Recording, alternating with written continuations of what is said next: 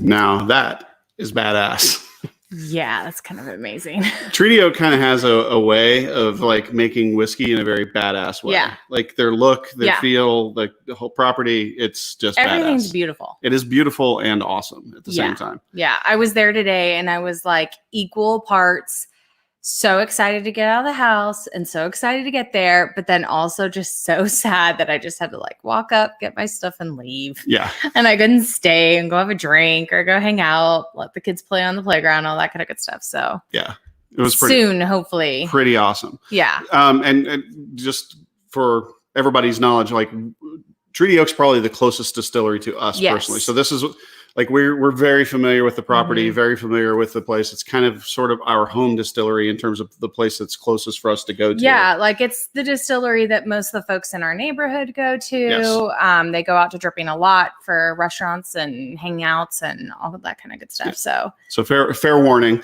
We know a little bit about it from personal experience. And we also have kids that are young, and it's a great place for that. Well, that's just it. It's not all the distilleries are set up to have families come and visit, which that's one of the great things about the trail is you can have a different experience. You don't necessarily want a family experience every time you go somewhere. Exactly. So you can kind of get that wherever. But Treaty Oak is awesome for the whole family because we can be there for hours with our kids and they are totally happy.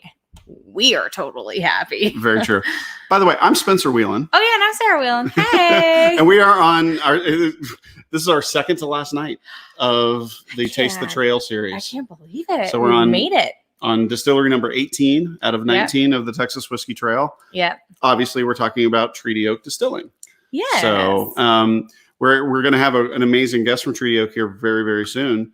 But first, we need to stop for a second and talk about this little thing that we're doing because it's kind of blown up in the last 24 hours. Obviously, we've been supporting all of our distilleries through the Still Strong TX effort.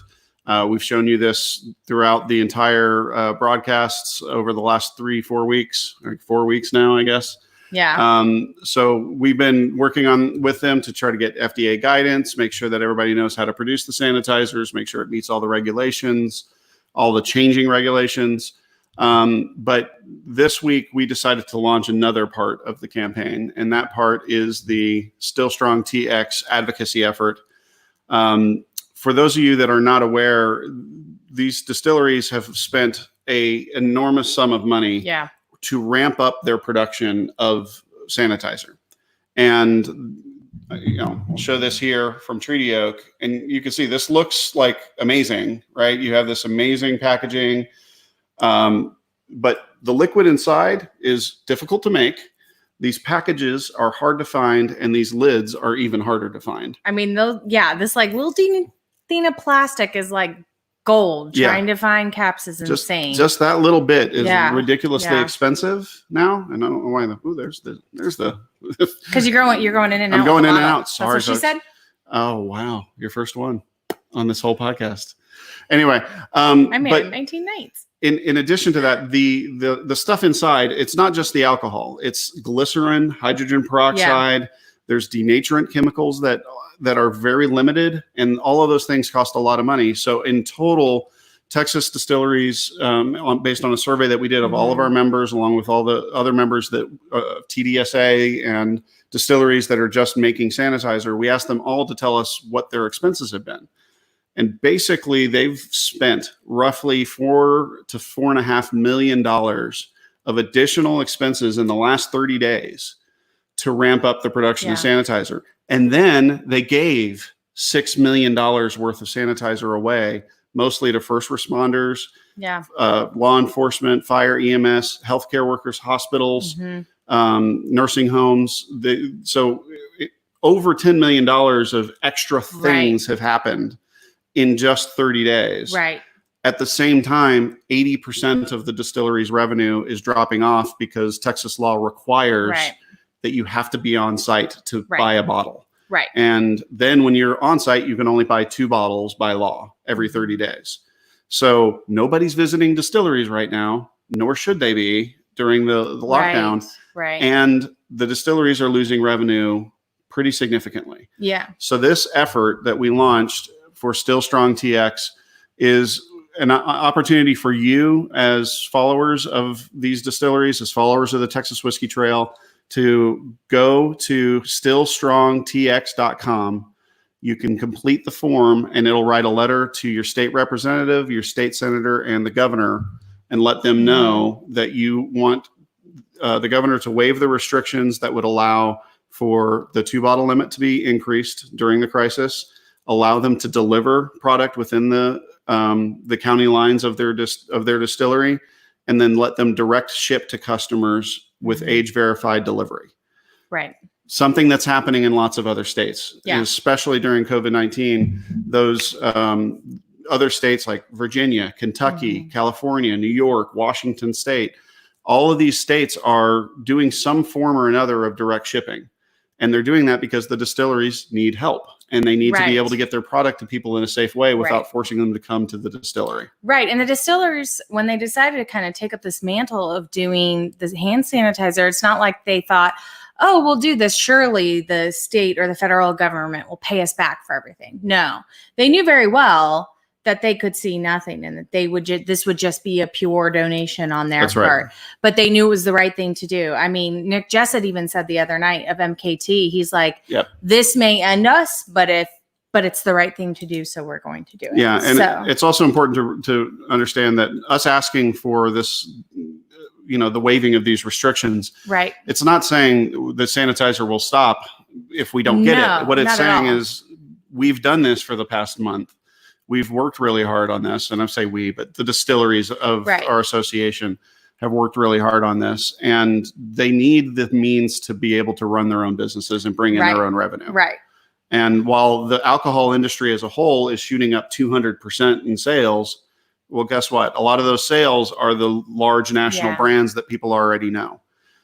Craft distillers and a lot of the distilleries which are young in Texas, even the ones that are going to be big, those distilleries are not seeing the increase in alcohol sales. So if we want to keep these distilleries up and running, if we want to keep them thriving like we've come to expect in Texas, we need to help them out. Yeah. So that's our solicitation. Go to stillstrongtx.com.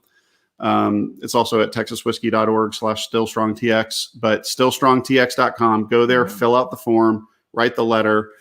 It's super easy. We've given you some examples of things you can say, like it does not take long. You can just take the pre-written letter and just hit submit, and it'll send to all 3 of your legislators in Texas. But if you can personalize it a little, that always kind of goes a long way. But any support you can give to these distillers right now is great. And I know lots of folks are looking for a way to help. So this is one of those ways. Yep. So let's transition now and bring on our guest from Treaty Oak Distilling, and we're really excited about this. This is one of our favorite folks. Jamie, welcome. How are you? Hey, I'm good. How are y'all? Good. It's good to see you. I love your shirt too because Treaty Oak is dope.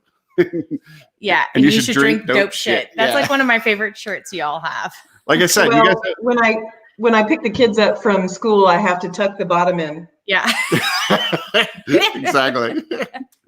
So, like I said, you guys have an amazing way of being classy, awesome, and badass at the same time. Yeah. Right. Thank you. Hit all the notes. Yeah, it's very, very cool. Yeah. So you saw in that video, you guys have an amazing campus. 28 acres, I believe, something like that. Yep.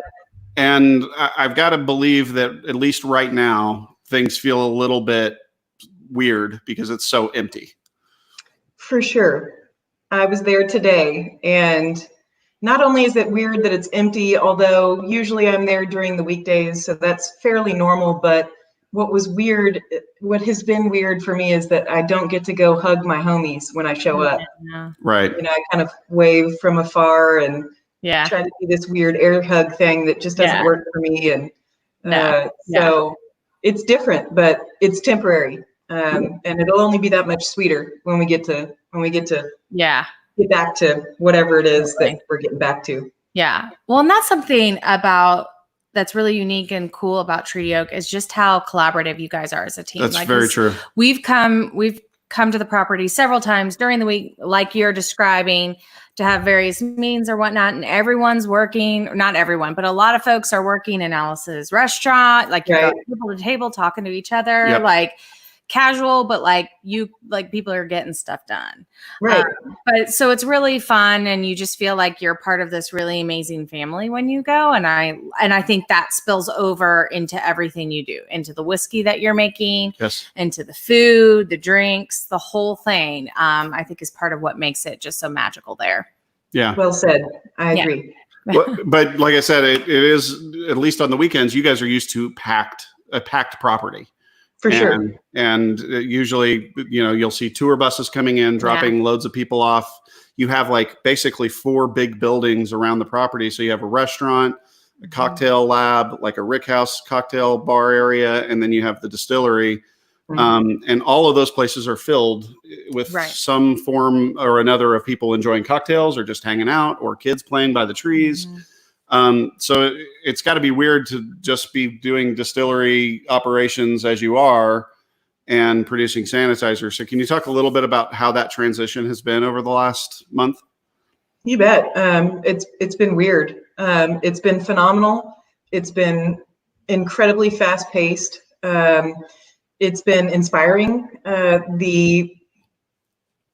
We've all worked so hard to adopt a new role to accommodate this pivot in our business plan, and it's been miraculous the way that not only we at Treaty Oak, but y'all and the rest of the distillers, not only in Texas but around the country, have come together and shared resources, which is not uncommon for our business. We tend to be sharers. But with this, it's been, not many of us are well versed in how to establish yourself with the FDA. Right.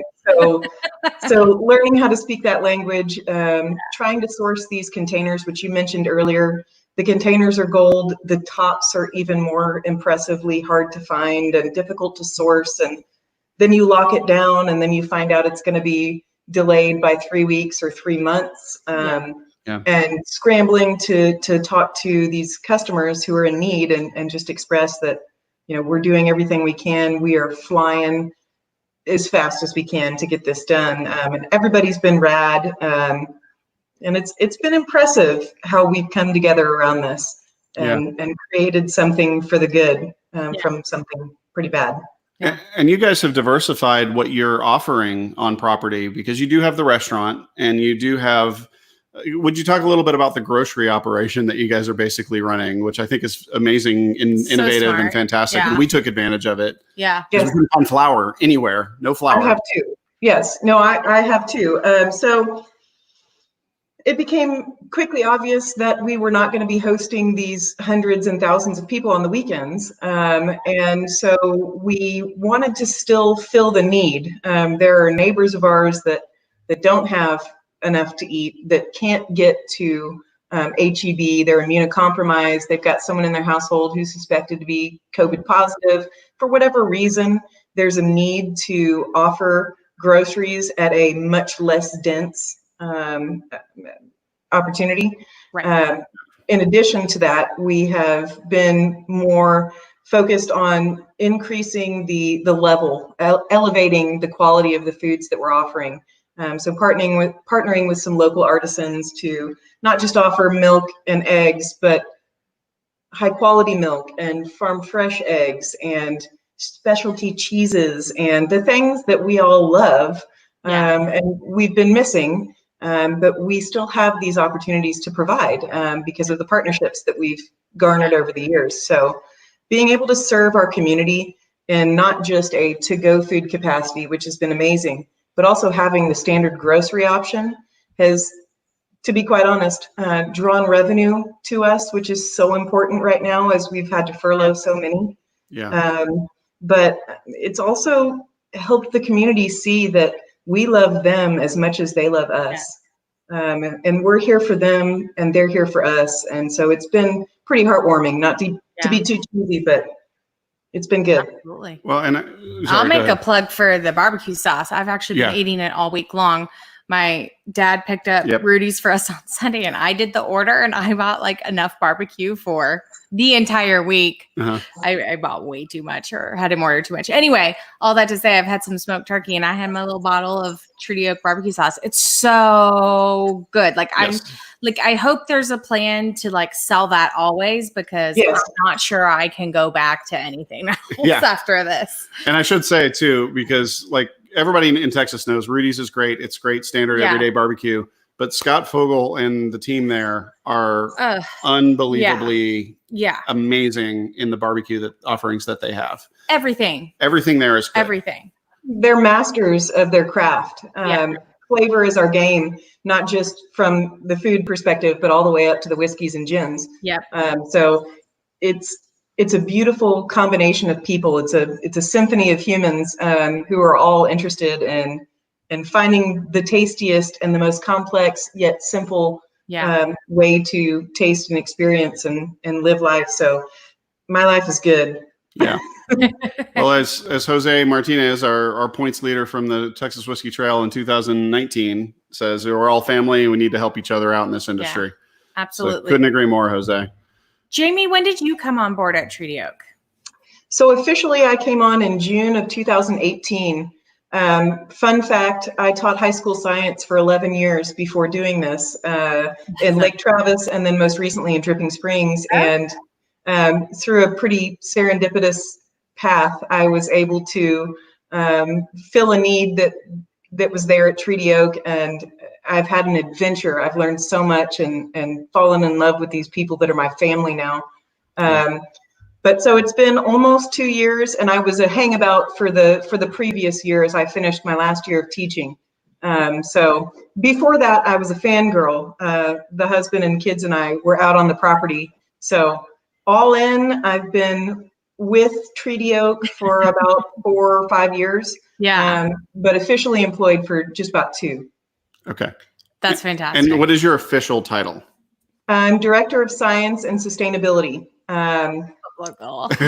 Which is just a cool thing to say. And maybe she'll listen to your science, because whenever I try to talk science, she just doesn't listen. Well, I just don't record it all.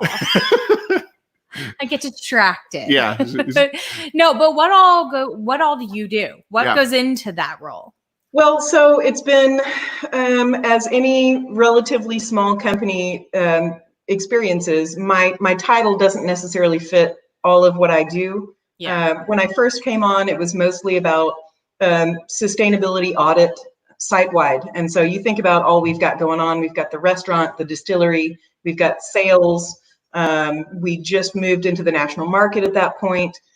So there was a lot to consider in trying to figure out how to be most efficient and effective with our natural resources, which is also a big fiscal point. And I, got to make that point and learned how to speak the lexicon and use the metrics to convey that sustainability is smart for business as well as for the planet. Then I kind of moved into looking at establishing some standard operating procedures, some quality control.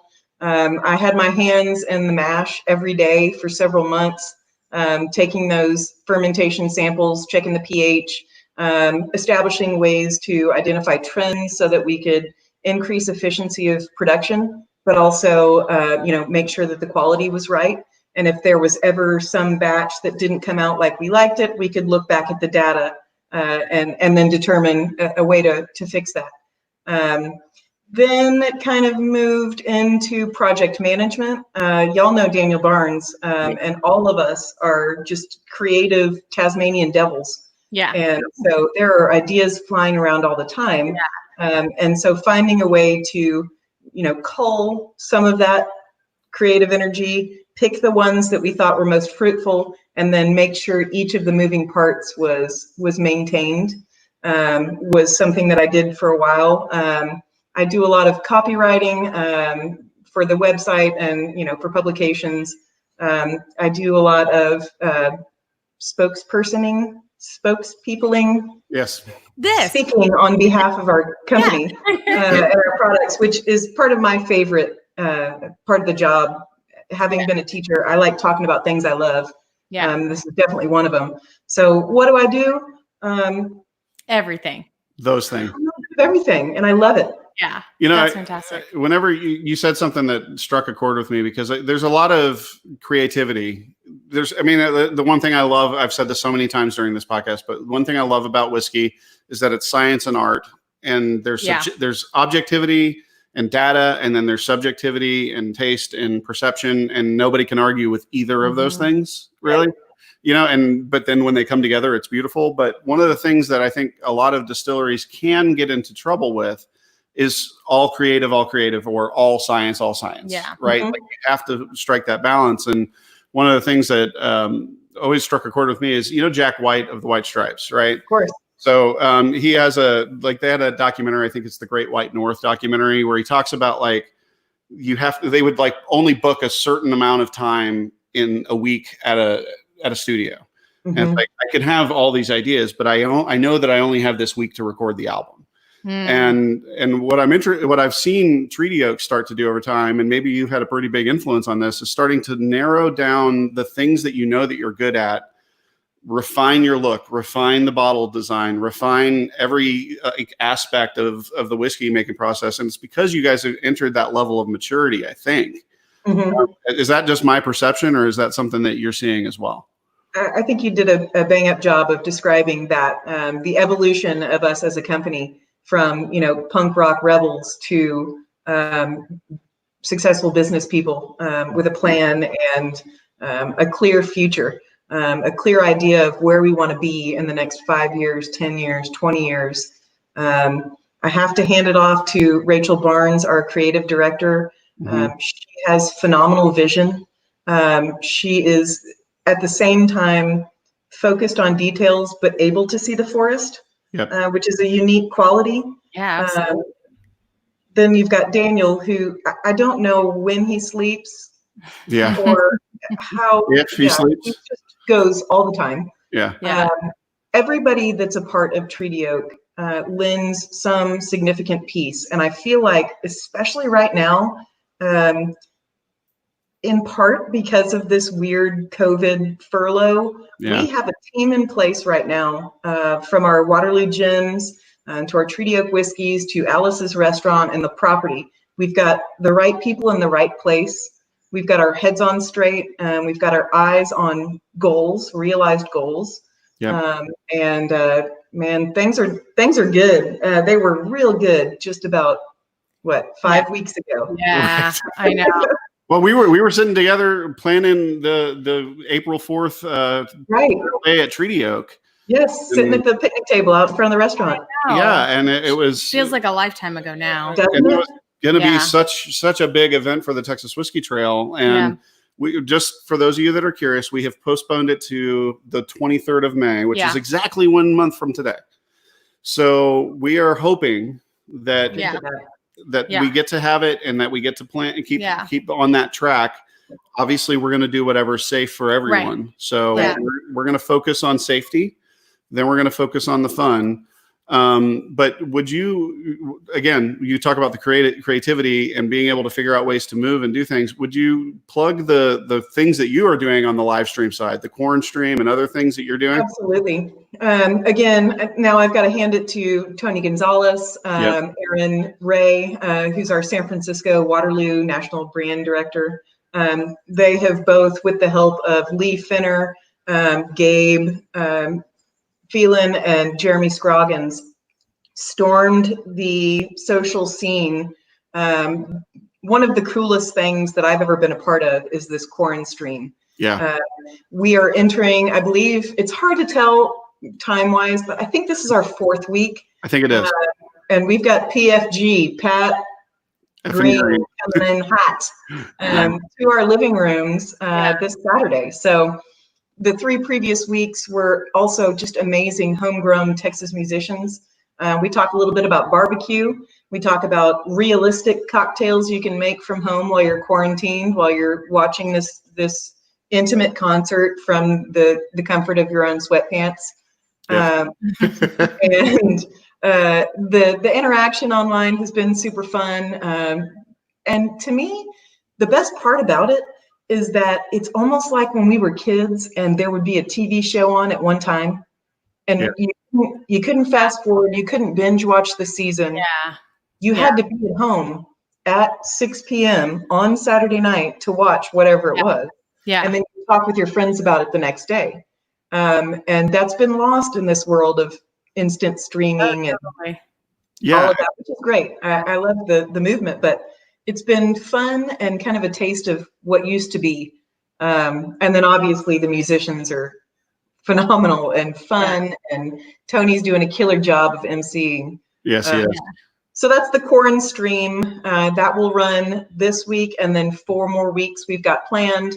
Who knows what the future holds? I'm hoping that it's going to be a regular installment, that we can kind of keep this going, because it's been a lot of fun. Yeah. And then we've just rolled out Corn Tanked, with all these. It's cocktail showdown. We've got all these service members, these bartenders from across the country that are out of work and straight up just kind of bored. So we decided, especially in the absence of competitive sports, we should do something about that. We need to vote. We need to have some sort of, virtual head-to-head competition. So what we've done is tapped several bartenders across the country to make cocktails with either the Ghost Hill Bourbon or the Waterloo No. 9 Gin. And then we put them head-to-head. We post it on our YouTube channel. Folks can watch that and then vote.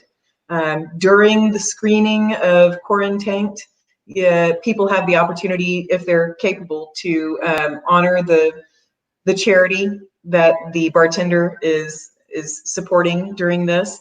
And then whoever wins moves to the next bracket, and eventually there will be an ultimate champion with all kinds of rad prizes, and obviously the pride of knowing that you won. Yeah, that's awesome. Well, so those two are keeping us, relevant as we move away from what is mostly on-site engagement to what is now virtual engagement. Right. Yeah. Well, I mean, and we've seen that too. Doing this every night at 9 o'clock, there is something to look forward to. We enjoy it because I mean, we can see in the comments right here, people are, Scott Vogel just jumped in saying, Scott.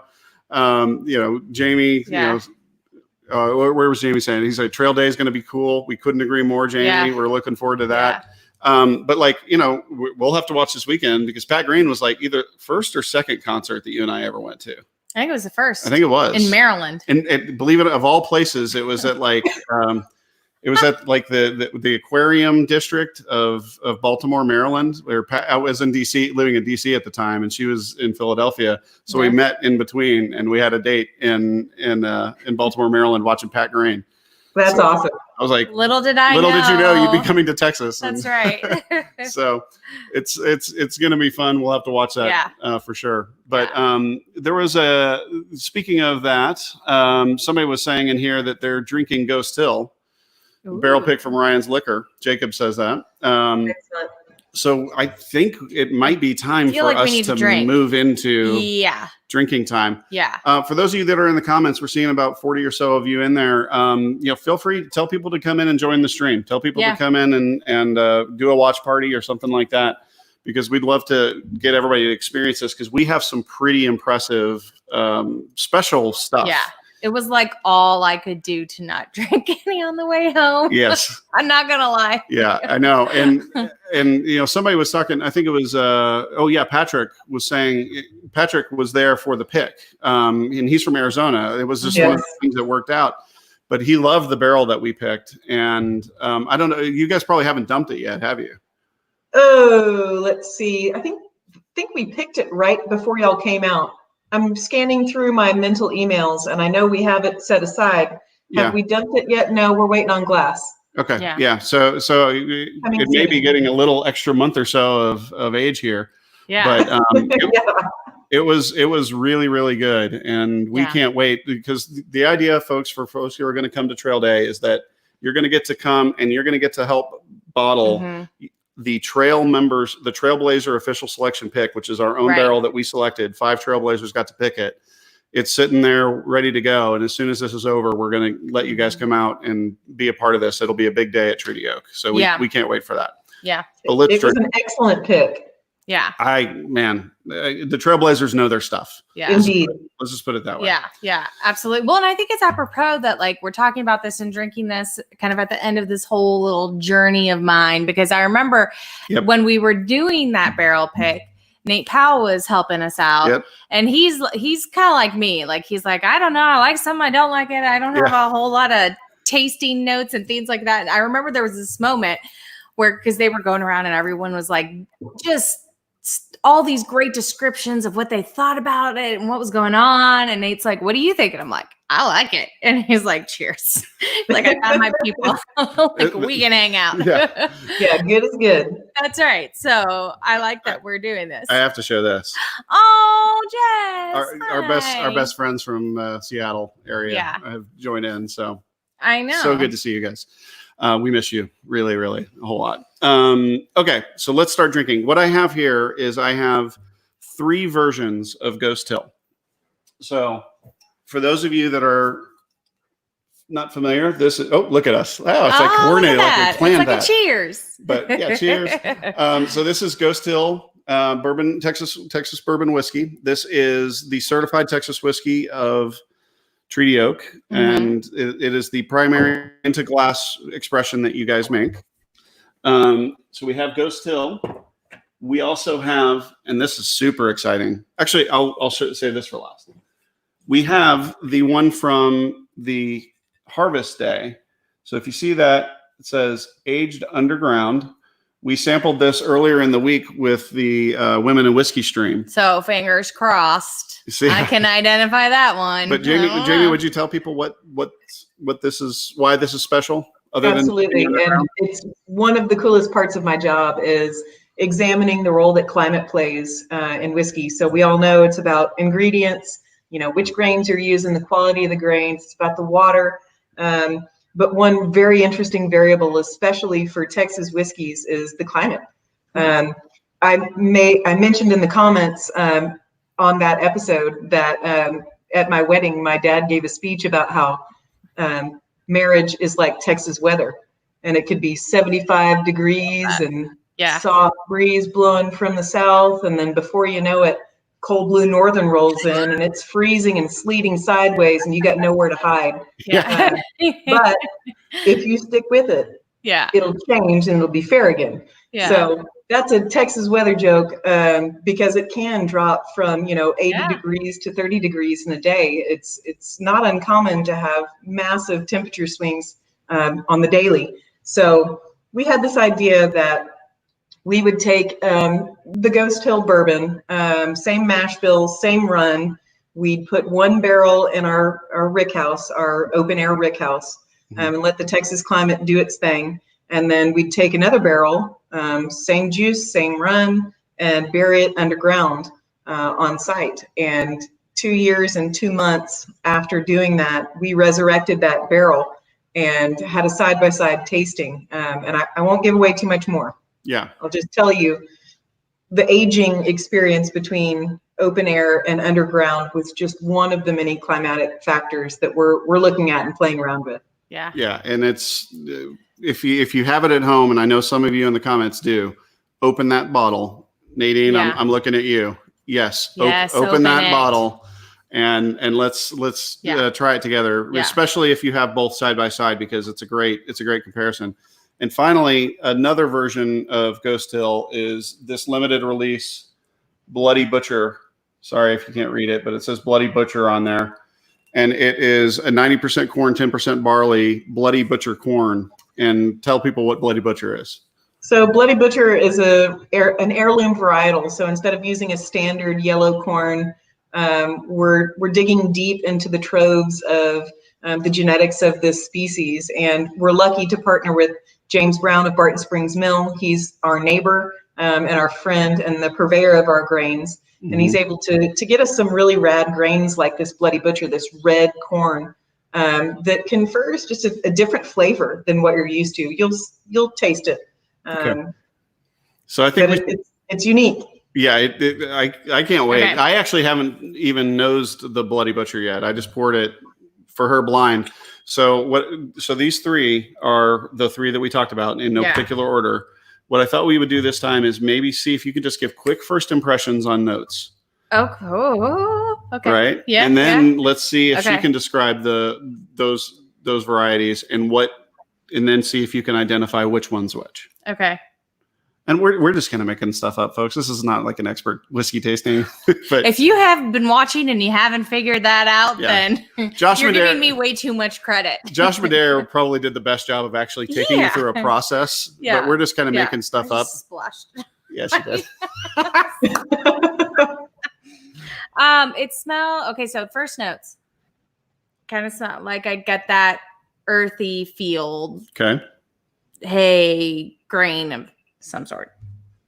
All right. So that's my first little That's your first impression. one on this one. We'll call this one number 1. Ooh, this is much different. This is hard to come up with stuff quickly. Yeah. On this first one, I'm getting a classic cherry, a good. You got cherry on that? Well, kind of that bourbon cherry, that kind of deep, dark. Yeah. I black get cherry. some fruit on this. Okay. Yeah, maybe like maybe more of a cherry there on number 2. Okay, number 3. Like a Washington cherry, not a maraschino. Oh, and this is way different too. Holy cannoli. Oh my goodness, they all smell so different. And that's the same basic juice. Yeah. Right? I mean, obviously Nashville's no. The Ghost Hill Rickhouse and the Ghost Hill Underground are the same mash bill. Okay. The Bloody Butcher is a whole different beast. Yes. It's under I guess we market it as the Ghost Hill series, but there's really nothing similar. Okay. So I'm inclined to think that number 3 is the Bloody Butcher because it smells so different. Okay. I get almost like a cheese. Oh yeah? What kind of cheese? Oh, I don't know. You were lucky to get cheese. But there's a whole cheese tasting world. Yeah, okay. Okay, the last cheese I had, to get real, it was the signature dipping sauce from Sonic this afternoon from a soft pretzel because... Please don't say this tastes like that. No, it doesn't. No. But that's what I'm saying. I can't give you this refined cheese palate because that's what I had most recently because I was eating my feelings this afternoon. Thank you very much. Jose. No, it's not like cheese like you think it is. Yeah. Well, what do you think cheese is? What does that mean? I don't even know. This is where I get in trouble because this is why I don't educate my children. I have them educated, but I don't do it because explaining things really well, that is not my wheelhouse. Let's let the teacher please do the teaching. Am I right about this being the Bloody Butcher corn? No, you are not. Oh, wow. So my guess is the cheese version. I would guess that she's going with the standard Ghost Hill on that one. You are correct. Okay. Like cheese. Now. This is great. I love this. One of them, which one is the Ghost Hill. Look at the other 2 and pick the one that's lighter in color. I'm afraid that if I leave the stoppers on top, they don't look that much different to me. Jamie, this is so great. No, this one's lighter. Give them a smell and tell me what you smell between the 2. I go back to the kind of field, earthy notes. Okay. Now the other one. I'm sticking my nose in it like Susan said not to do. Doing all the things wrong. You gotta waft it. Yeah. Now I'm getting cherry on this. And you said you got cherry on it. The power of suggestion. I did not smell that at first, but I get more fruit on it this time. So then my guess is what you're sniffing right, not now, but just that one. My guess is that's the Bloody Butcher. You are 100% correct. Whoa. Science. Yeah. Yeah, science. Okay, I hope you're planning on going to Bourbon Women in Louisville. Oh, absolutely. 100%. Okay, good. Yes. Because if you were saying no, I was going to make you feel really bad till you said yes on air. No. Yeah. I'm already signed up. I'm there. Okay, I'm sitting next to you. Yes. You could just write little notes and like pass them down. Exactly. I'm a good teacher, but I'm a terrible student. We will giggle and get in trouble. We maybe shouldn't sit next to each other. That kind of sounds perfect, actually. Yeah, it does. Charlie says, I think this calls for a whiskey and cheese night. I like Yes, the Charlie. There you go, Charlie. That's the way to take Charlie, you need to come to Bourbon Women's Symposium. There you go. She totally should. But yeah, so what you had in the middle there is harvest. Yes. Or sorry, the underground or the harvest whiskey. This is the classic Ghost Hill. I think if I had tasted them, I would have. Maybe. I think I would have figured it out. All I got to say though, Jamie, they're all so good. The Bloody Butcher, ridiculous. Isn't it neat? It's super hot. What is this? 127? Yes. Yeah. 127 proof. If you haven't already, add just a little bit of water and then experience that. This is one of those where just a little bit of water creates a whole different olfactory experience. So we're talking a lot about nose. Yeah. There's like this like rosy sweetness. Yeah. On the back end of it. That's like so nice and so surprising because it is a punch. It's because it's super strong. But it's like a old corn whiskey. Yeah. Yeah, it is. Yeah. Oh my gosh. I am so excited about this one. Bloody Butcher's fun. We've got a bunch of other experimentals, different heirloom grains that we've been working with. A green Oaxacan. We've got a red, white, and blue bourbon using Bloody Butcher and a blue corn, a Hopi blue corn that we were planning on releasing for Memorial Day. I haven't been in a conversation about that recently because honestly, all I've been talking about is sanitizer. Right. But we've got some amazing, unique barrels stored away, aging. We're checking those regularly, and that's one of the best parts of my job is to just be able to weigh in. And I'm not responsible for any of these ideas. I don't make the juice. The guys and the ladies in the production facility are amazing. The creative energy from the team is phenomenal. There's Miss Alice. Yeah, 127. Oh yes, honey. Yes. This would also make this would make an amazing old fashioned. I'm sure it would. It's not too often that I always enjoy an old fashioned. Pretty much always. Yep. It's not often that I drink something and then also think, oh my goodness, this would be so interesting combined. And I there's almost some of the orange is already there. Yeah, that's probably what it is. I wouldn't call it citrus, but there's something sweet. A little brown sugar. Oh, that's so good. I have to tell the best story about Alice. Is that okay if I tell that story? Yes. We were there for the association meeting. Alice is here. Oh, I know. She's so great. I love you, Alice.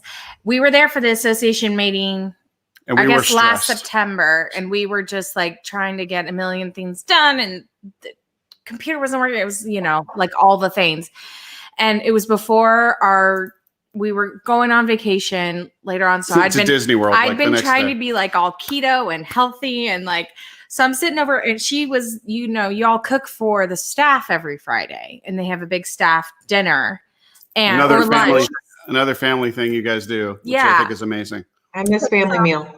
I was sitting, she comes over and she's like, y'all, like, if you want anything, come on over. I was like, okay, well, no, thank you. And I was like, I don't want to eat their stuff. And I have my protein bar and I'm sitting over there and I like start to open my protein bar and she comes over. She's like, you can't eat that. You remember and make yourself. that. And it was like the best taco of my life. Yeah. It was so good. I was like, this was totally worth blowing the diet. Yeah. Who cares what I look like at Disney? Like, I am all in, Miss Alice. So I was forever a fan of her after after that. Alice, so gracious. It was one of it was a really weird and amazing kind moment at a time where we were very stressed going into a meeting where it was a large meeting. It's the first time a lot of the distilleries since we grew as an association all came together. So we had a lot to talk about. We had a lot of members to add on. There was a lot there. Yeah. And she just kind of diffused the whole thing and just made you feel comfortable. And that is what you feel when you go to the restaurant or the distillery in general. Yeah. Right. She's something else. And she leads us by example. Much of the magic of Treaty Oak comes directly or indirectly from Miss Alice Barnes. So I'll raise a glass to that woman again. Cheers to that. Cheers to you, Alice. Yes. Speaking of glasses, I want to talk about this sample that you gave us. Ooh, isn't it fun? This is the one I was like trying, had to really work to make myself not take a sip in the car. Yep. Because I smelled it and I was like, oh my goodness, I'm gonna love this. Can I show the label on camera? Absolutely. Okay. So again, Texas distilleries working together. Yeah. If you can read that, let's see. It's a little. Come on. We'll just read it. Am I supposed to read it out loud? It says real ale, porter whiskey, 122 proof. You guys, it smells so good. So, I know. So tell people where this is coming from. Obviously, it's real ale, but what does that mean? Porter. So those guys are down in Blanco, and I personally love their beer and facilities. I've been there a few times myself, just as a customer, and then also just as someone who we talked about some wastewater management stuff early on in my time at Treaty Oak. Brad and his crew has been super cool, and just like everybody else in our industry, willing to share information and help each other out. So just a little over 4 years ago, we took their stout and ran it through the still. Took a sip for the first time. Oh my gosh, I'm sorry to interrupt, but that was so good. I know, right? Yes, so please continue. Well, I had not tasted this or smelled it until today. Really? Yes. Oh, wow. Like I said, we've got hundreds of experimental barrels, and I said, hey, I need something for this whiskey trail. What you got? I want to do these two, but what else do you have?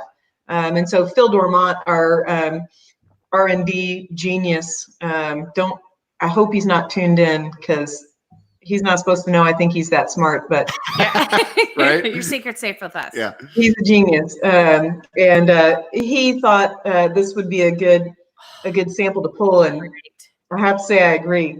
The nose is. It's so interesting. It makes me think of like a sherry cask finished whiskey is what the nose is to me. Yeah. Which I love. So that always there's some malt in there. I got some. But there's also this. Yes, but the sugar and leather and. Yeah. So Brad says, "Oh hell's yes, porter whiskey," and he's a beer guy. So, yes, Brad, it's everything. Like this, Brad, it's everything that you think it is. Yeah, it's wonderful. And shout out to the whole Hall family. Yeah, every member of the Hall family. Yes. It was so good to see you guys. And obviously, Alicia works with us, but hi to the Halls. No, but all of the Hall family helps with getting Whiskey Trail stuff done, from like rolling T-shirts, helping to get things out the door. And in fact, in the comments, there were some people talking about purchasing this T-shirt, and Alicia was saying, "Hey, I just shipped yours." So if you're in the comments right now and you want to buy this shirt, you can add to the Hall family and workload. I want one. Okay. Okay. But this porter whiskey, I mean, good Lord.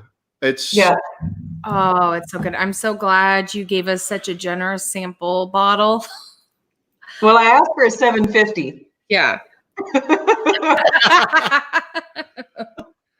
I'm having a hard time explaining it. You're right. There's malt. There's definitely malt in it. It's definitely got that, but it's got these deep, almost like, I know there's not rye in it, but it's got those kind of rye bread notes to it a little bit, like a really good pastrami sandwich. Yes, like dark red. It's the marbling. Yeah. Exactly. I don't know. It's so good. That's my gosh. Yeah. Oh, it rendered me speechless, which is not usual. But it's so complex. It's hard to describe. Yeah. I get one of my favorite words. One of our distillers taught me. His name is James, and the actual term for the smell of wet rock after it hasn't rained in a while. So when it's been dry and then it rains and there's that smell, that's called petrichor. That's what you were talking about in the comments the other night. Exactly. Oh. And I get a lot of that here. And so hear that and then take your mind back to when you were a little kid playing outside and rain comes and then. Yeah, I get that. Right? I get that. I don't know. You know what it is, Jamie? Okay. Sorry, this is my own little memory. It's it is that, but it's that same note that you get when the storm is about to hit. Yes. It's almost like an ozone, like after lightning strikes, Exactly. Yes. Exactly. Oh man. I love it when something clicks like that. It's just so Isn't that fun? Oh my gosh, it takes you right back. Like I remember like football practice in Plano, and you know the North Texas climate too. But like I remember football practice and a lightning strike hit the upper field light pole, and it was just this wave of ozone that everybody remembers, and like everybody just ran. The coach obviously had to call practice, and everybody just ran. And but for like a good, I don't know, like 5 minutes after we got into the building, your nose was just filled with this smell. It's clean and it's sweet and it's different than anything else. Yes. Yeah. Oh, that's cool. I like talking about things like this. Bruce says, "Holy cow, I'm a rancher, and I know that smell very well." I know exactly. You're exactly right, Bruce. Yep. I guarantee you know what we're smelling. Yeah. Mm-hmm. And that isn't this terrible that we can't taste with our friends? I know. And that's but that's kind of the fun of this in a way. Like to put a fun spin on it is that we have to learn how to describe. Yes.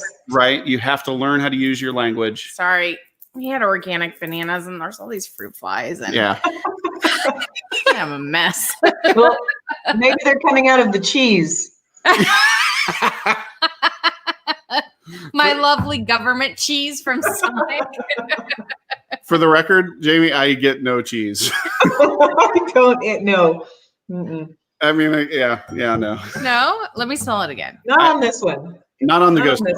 And not really not on any of them, but maybe there was a sharpness associated with the Ghost Hill. What do you think I'm smelling then? Look, I think you're smelling. I think you're smelling some of the fermented notes, and I can understand. Okay. I can understand why you think cheese, because there's fermentation happening there too at times, depending on the age of the cheese and different types of things. But maybe her palate is super sensitive and better than ours, and she can detect the penicillium. That's exactly what it is. Probably penicillium. It's the penicillin. Not penicillin. Not penicillin. Penicillium. Penicillium. That's the fungus from which penicillin was derived. I'll talk about it later. Okay. Science. Maybe I'll retain it. Y'all, I was really good in school except for science. I'm not joking. Yeah. I managed to fulfill my science credits for college by taking geography because it was or was it geology? You did GIS? I think it was geology because I could memorize. Memorize. So science where I could just memorize was fine. But then anything beyond that. And I'm good at a lot of things, so I'm fine saying that I'm not. It's not okay. We can't all be good at the same things. Right. We've got to work together. Yeah, I'm cool. Another thing I'm getting on the porter is, and I know this is a very typical note of porter, but you do get kind of a lightly roasted coffee, right? Mm-hmm. And yeah, that's the strongest thing I'm getting on the taste is the coffee, and I love it. It's interesting because you guys were talking about the rain, that smell, which petrichor. I know what you're I will talking never about, forget that now. But I grew up in the Northwest, and so it's not the same experience because it's raining all the time, right? And you don't have these big rainstorms where it's humid and warm and thunder and all that kind of it's just always drizzling. Yeah. But sounds lovely. This to me, yeah, there's a reason why I'm not there anymore. No, but this to me screams Northwest though. And I think it's like the coffee and like it's coffee, it's ozone, it's there's like a richness, like it's almost kind of like being in one of the rainforests up in the Seattle area.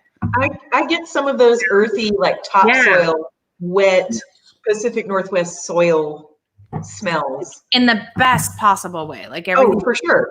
Yeah, no, I meant to describe that as something I love. Yeah. Do I have a moment? Yeah. Okay. So I talked about Phil earlier and his zany antics and fun experiments and all kinds of things that he's gone around and collected to distill.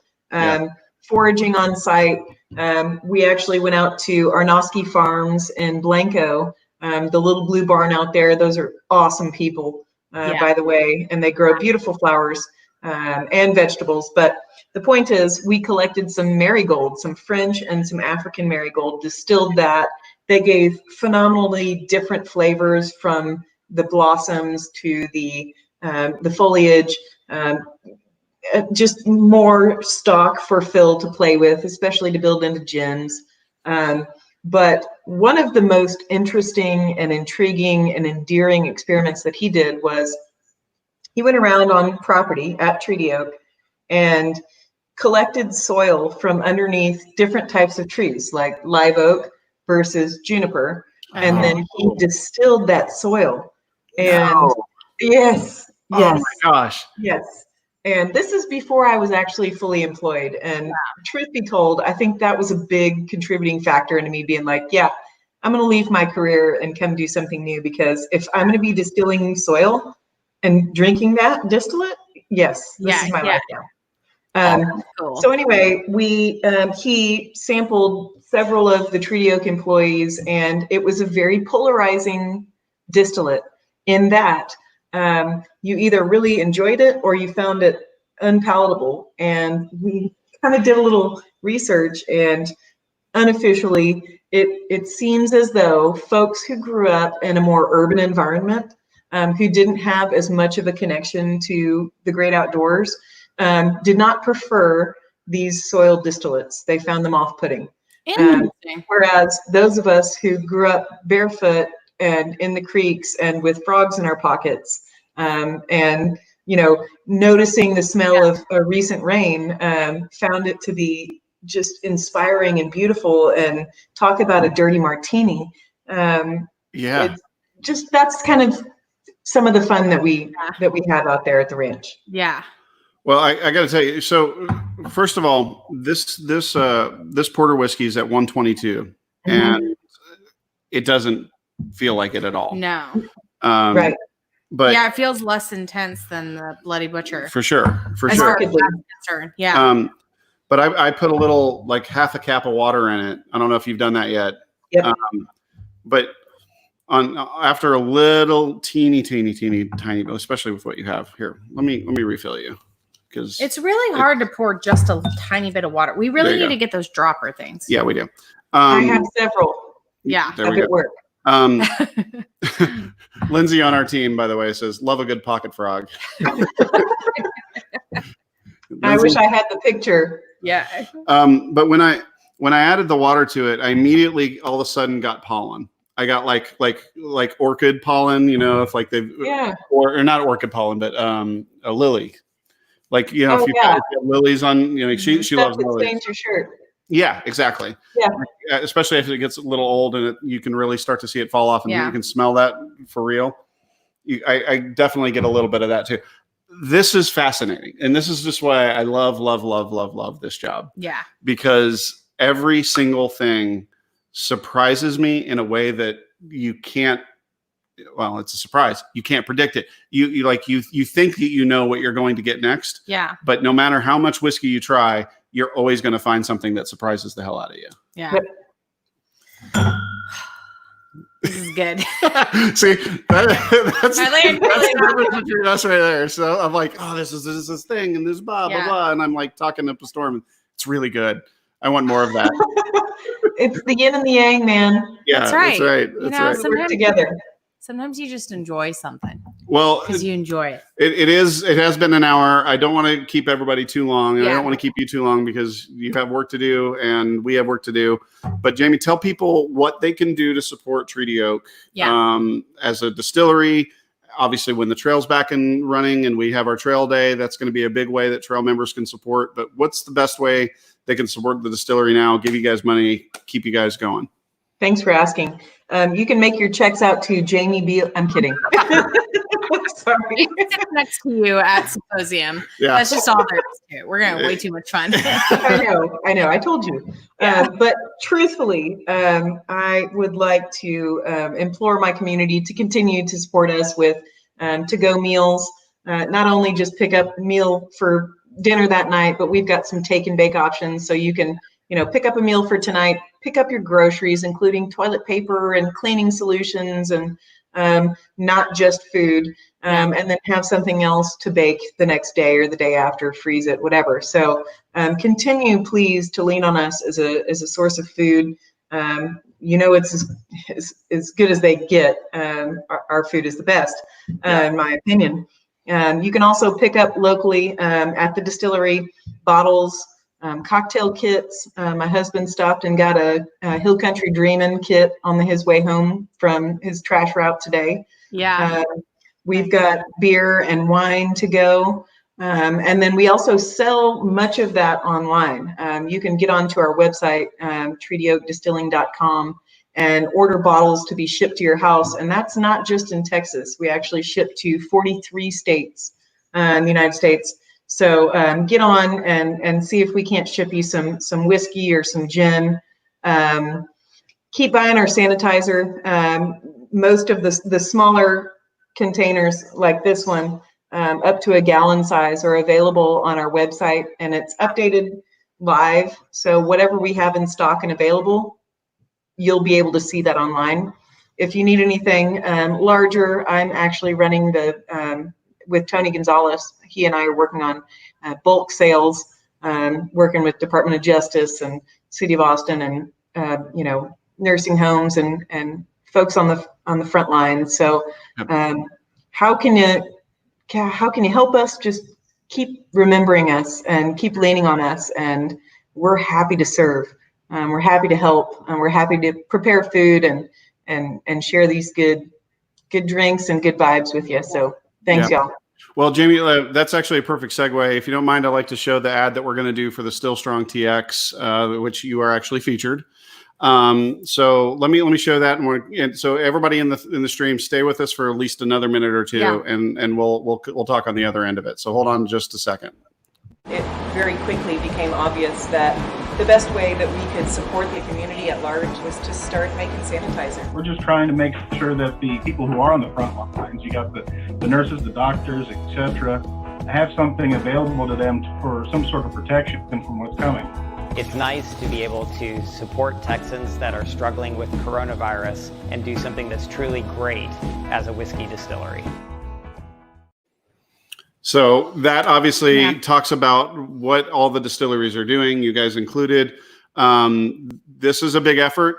Like if you missed us at the front end, what we talked about is that this has been a big effort. It's cost about $4.5 million to distillers in the past month to ramp up the production of sanitizer. They've given out over $6 million worth of product out to first responders. And what we're looking for, you guys do have the Toast app, I believe, correct? Correct. And that's you guys have a large distribution network, but a lot of distilleries don't. And what we are asking for the governors and the governor of Texas and the state to do is to free up in this crisis the ability for distilleries to get to their customers, even if they can't make it out to the distillery. Right. So whether that's delivery through a third-party app, increasing the bottle limits, or allowing the distilleries to ship with age verification directly to you at home, we're looking for that now, and we're looking for help so that the distilleries across Texas can do well. That's right. Jamie, thank you so much for being a part of this tonight. Awesome. Thank you. We really appreciate you and appreciate what Treaty Oak is doing. So thank you so much. My pleasure, y'all. You guys will have fun at Symposium, and I guess I'll be there, but I think I'm not going to get any. Too. I think I'm not going to get any words. We're not going to wait till then.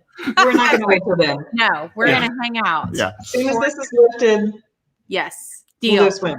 So as we close tonight, like we do every night, I'll leave you guys with a little bit of a montage video from Treaty Oak, so you can get an experience of what it's like to be on property. Yeah.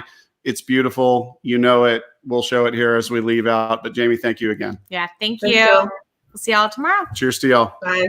Bye. Cheers.